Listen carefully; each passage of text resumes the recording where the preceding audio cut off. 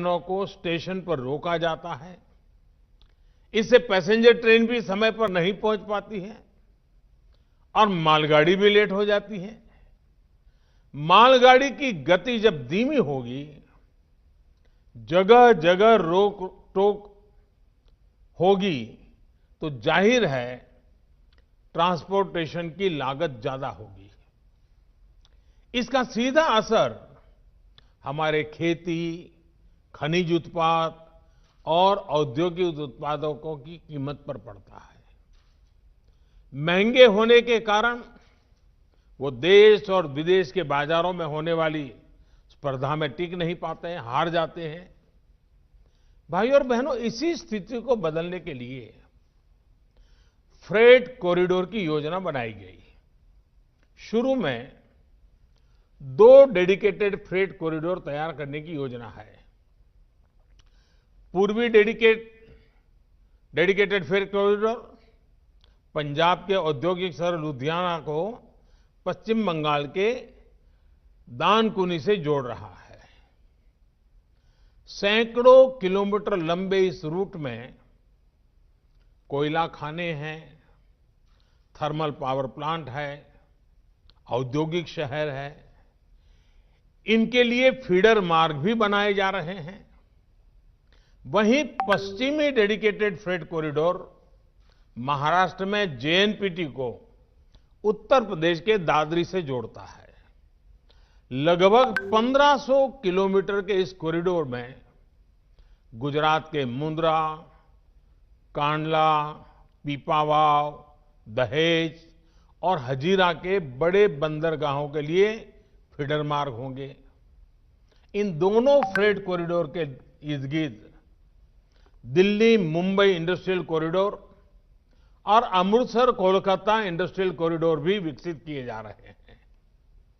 इसी तरह उत्तर को दक्षिण से और पूरब को पश्चिम से जोड़ने वाले ऐसे विशेष रेल कॉरिडोर से जुड़ी जरूरी प्रक्रियाएं पूरी की जा रही हैं।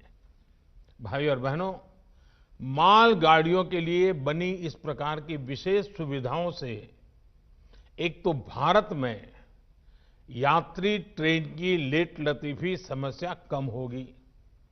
दूसरा ये कि इससे मालगाड़ी की स्पीड भी 3 गुना से ज्यादा हो जाएगी और मालगाड़ियां पहले से 2 गुना तक सामान की ढुलाई कर पाएगी, क्योंकि इन ट्रैक पर डबल डेकर यानी डिब्बे के ऊपर डिब्बा ऐसी मालगाड़ियां चलाई जा सकेगी।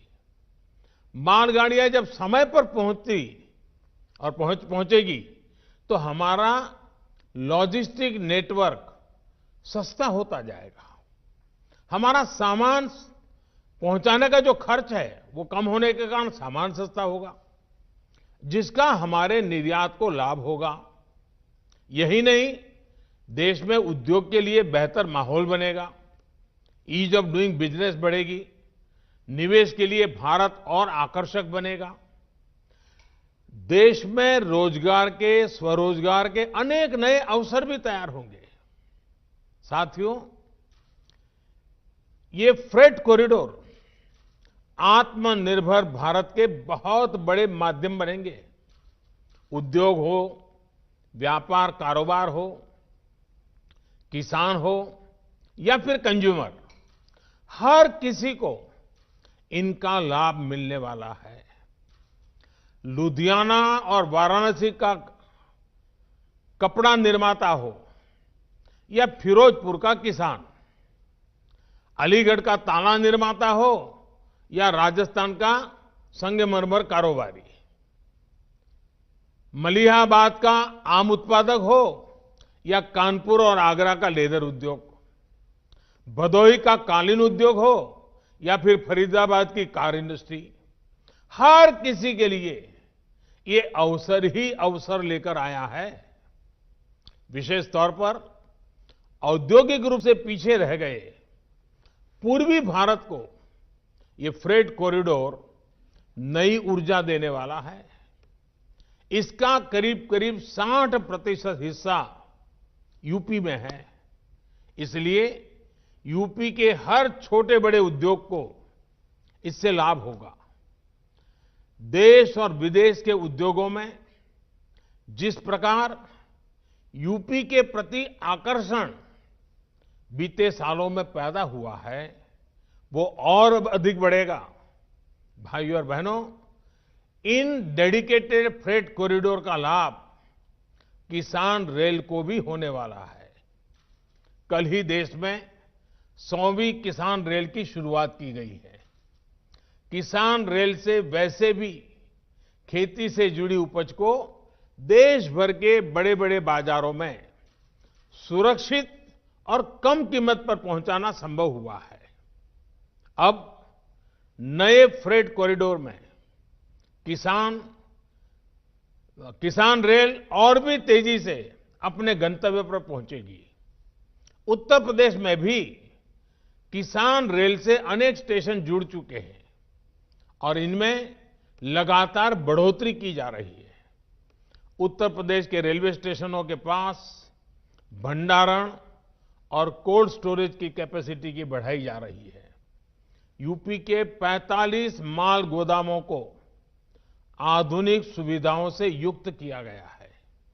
इसके अलावा राज्य में 8 नए गुड्स शेड भी बनाए गए हैं।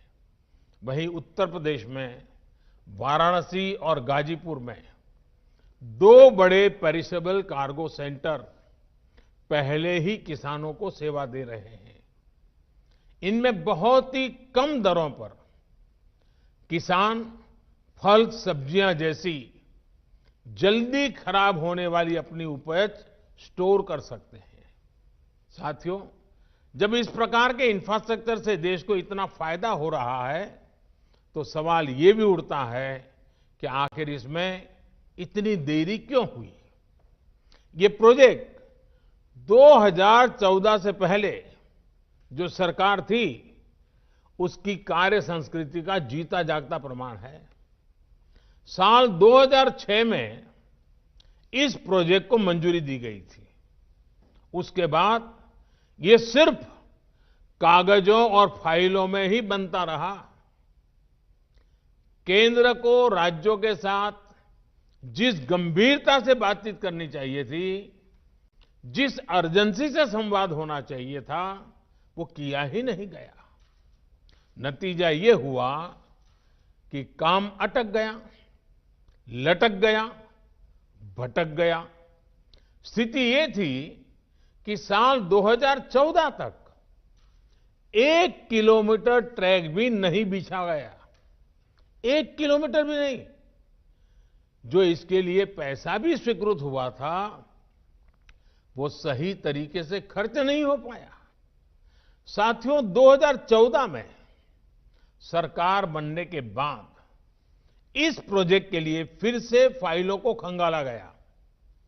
अधिकारियों को नए सिरे से आगे बढ़ने के लिए कहा गया, तो बजट करीब करीब 11 गुना यानी 45,000 करोड़ रुपए से अधिक बढ़ गया। प्रगति की बैठकों में मैंने खुद इसकी मॉनिटरिंग की, इससे जुड़े स्टेक होल्डर से संवाद किया, समीक्षा की। केंद्र सरकार ने राज्य सरकारों से भी संपर्क बढ़ाया, उन्हें प्रेरित प्रोत्साहित किया। हम नई टेक्नोलॉजी भी लाए। इसी का परिणाम है कि करीब 1100 किलोमीटर का काम अगले कुछ महीनों में पूरा हो जाएगा। सोचिए, 8 साल में 1 भी किलोमीटर नहीं और 6-7 साल में 1100 किलोमीटर। भाइयों और बहनों, इंफ्रास्ट्रक्चर पर राजनीतिक उदासीनता का नुकसान सिर्फ फ्रेट कॉरिडोर को ही नहीं उठाना पड़ा है, पूरे रेलवे से जुड़ा सिस्टम ही इसका बहुत बड़ा भुक्तभोगी रहा है। पहले फोकस ट्रेनों की संख्या बढ़ाने पर रहता था, ताकि चुनाव में उसका लाभ मिल सके। लेकिन जिस पटरियों पर ट्रेन को चलाना था, उन पर निवेश ही नहीं किया जाता था। रेल नेटवर्क के आधुनिकीकरण को लेकर वो गंभीरता ही नहीं थी। हमारी ट्रेनों की स्पीड बहुत कम थी और पूरा नेटवर्क जानलेवा मानव रहित फाटकों से भरा हुआ था। साथियों, हमने 2014 के बाद इस कार्यशैली को बदला, इस सोच को बदला। अलग से रेल बजट की व्यवस्था को खत्म करते हुए हमने ऐलान करके भूल जाने वाली राजनीति को बदला। हमने रेल ट्रैक पर निवेश किया, रेलवे नेटवर्क को हजारों मानव रहित फाटकों से मुक्त किया, रेलवे ट्रैक को तेज गति से चलने वाली ट्रेनों के लिए तैयार किया, रेलवे नेटवर्क के चौड़ीकरण और बिजलीकरण दोनों पर फोकस किया।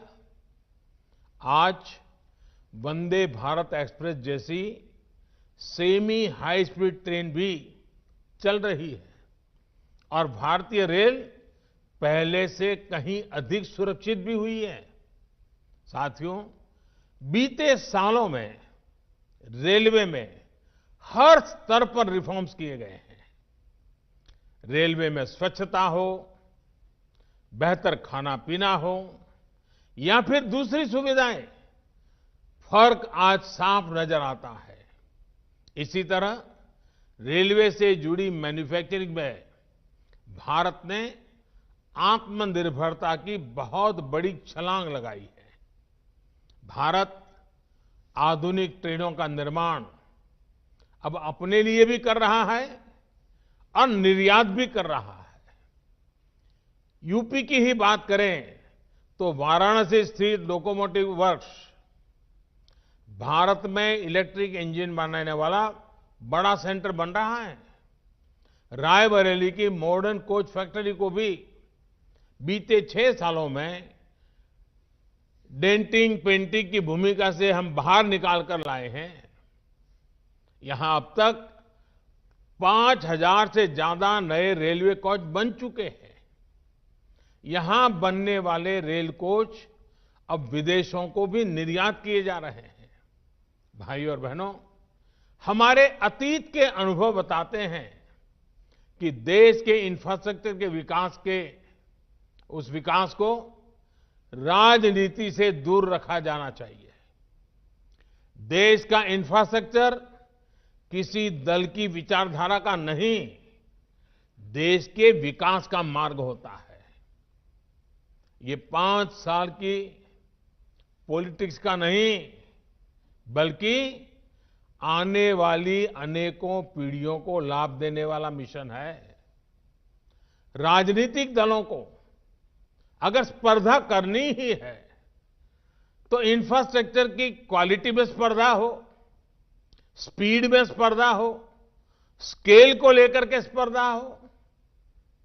मैं यहां एक और मानसिकता का भी जिक्र करना जरूरी समझता हूं, जो अक्सर हम प्रदर्शनों और आंदोलनों के दौरान देखते हैं। ये मानसिकता देश के इंफ्रास्ट्रक्चर को, देश की संपत्ति को नुकसान पहुंचाने की है। हमें याद रखना चाहिए कि इंफ्रास्ट्रक्चर, ये संपत्ति किसी नेता की, किसी दल की, किसी सरकार की नहीं है। ये संपत्ति देश की है, ये संपत्ति आपकी है, देश के नागरिकों की है। हमारे हर गरीब का, हर करदाता का, मध्यम वर्ग का, समाज के हर वर्ग का इसके पीछे पसीना लगा हुआ है, उसका पैसा लगा हुआ है। गरीब ने अपने पेट काट करके पैसा दिया है, तब सब बनता है। इसको लगने वाली हर चोट देश के गरीब, देश के सामान्य जन को चोट है। इसलिए अपना लोकतांत्रिक अधिकार जताते हुए हमें अपने राष्ट्रीय दायित्व को भी नहीं भूलना चाहिए।